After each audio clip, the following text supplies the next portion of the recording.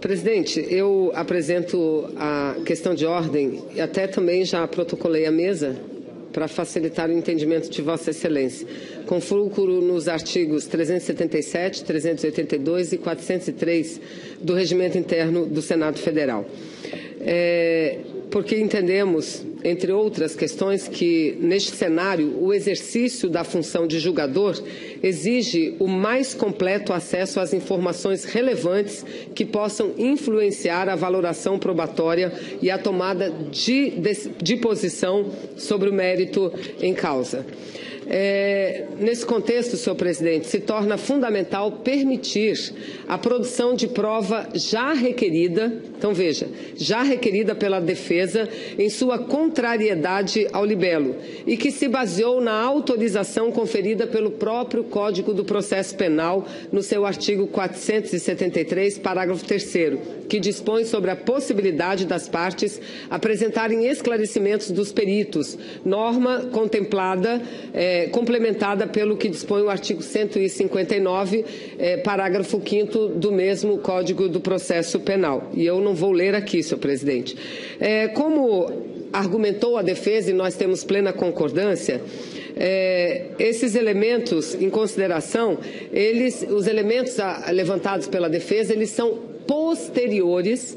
Veja, Vossa Excelência, são posteriores à audiência de esclarecimento da perícia e confrontam conclusões do senhor relator e apresentam elevado grau de obscuridade. Ou seja, são questões que surgiram após a audiência com os peritos do Senado Federal e apareceram no exato momento onde há divergência entre o relatório e o que do nobre relator e o que disse a perícia. Aí nós levantamos no mínimo três casos que estão colocados na presente questão de ordem.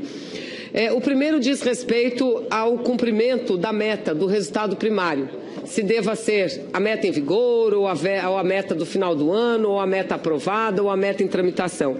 Levantamos que há, sim, problemas graves em relação a esse aspecto, no que diz a perícia e no que escreve o relator senador Antônio Anastasia. O segundo item, senhor presidente, que é o único que eu vou falar com mais detalhe, ele trata dessa questão que nós estamos debatendo aqui, que é o prazo para o pagamento das supostas operações de crédito, conforme o item 7, folha 214 do laudo pericial.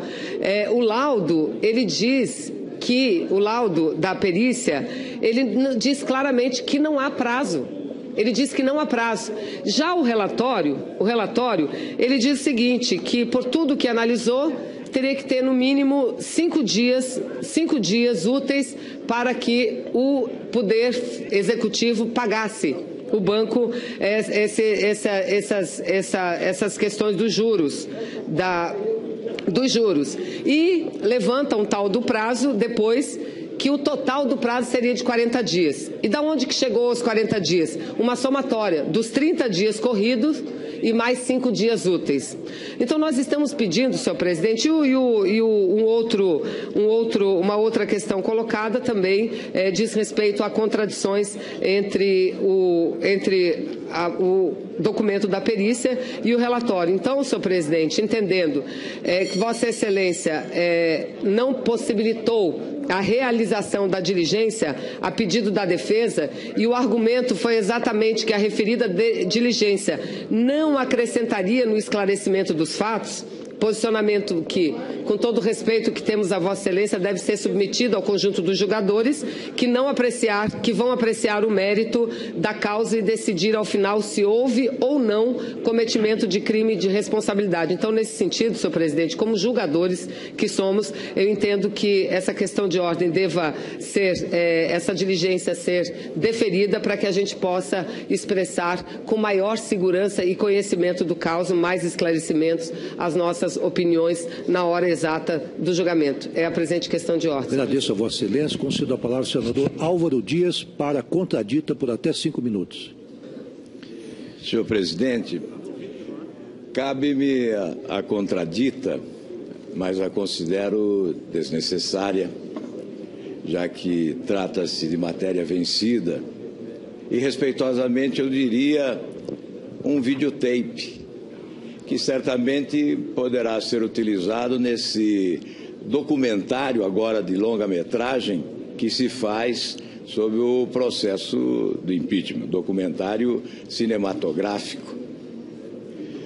Na verdade, Vossa Excelência, por meio do documento 178 dos autos, Vossa Excelência já indeferiu pedido idêntico, exatamente contido na contrariedade ao libelo.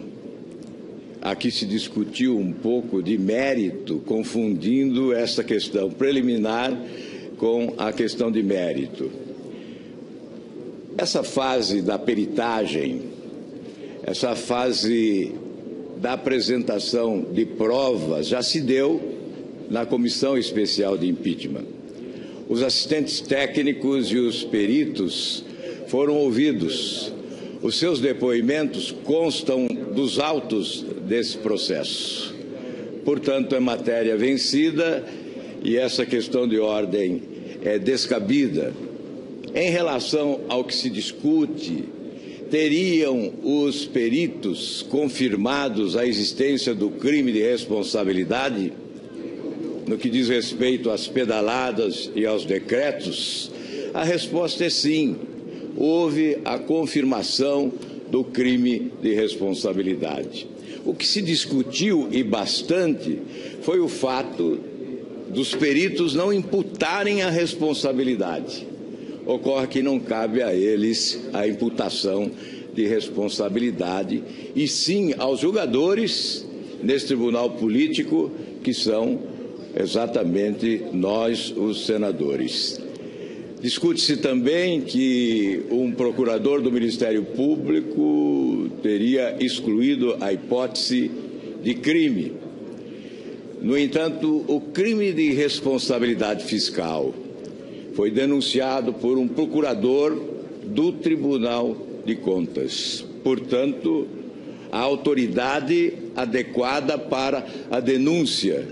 E esse crime de responsabilidade fiscal foi julgado por técnicos extremamente qualificados do Tribunal de Contas da União e por conselheiros que não foram indicados pela oposição à época, mas conselheiros que foram indicados e, sobretudo, apoiados pelo governo.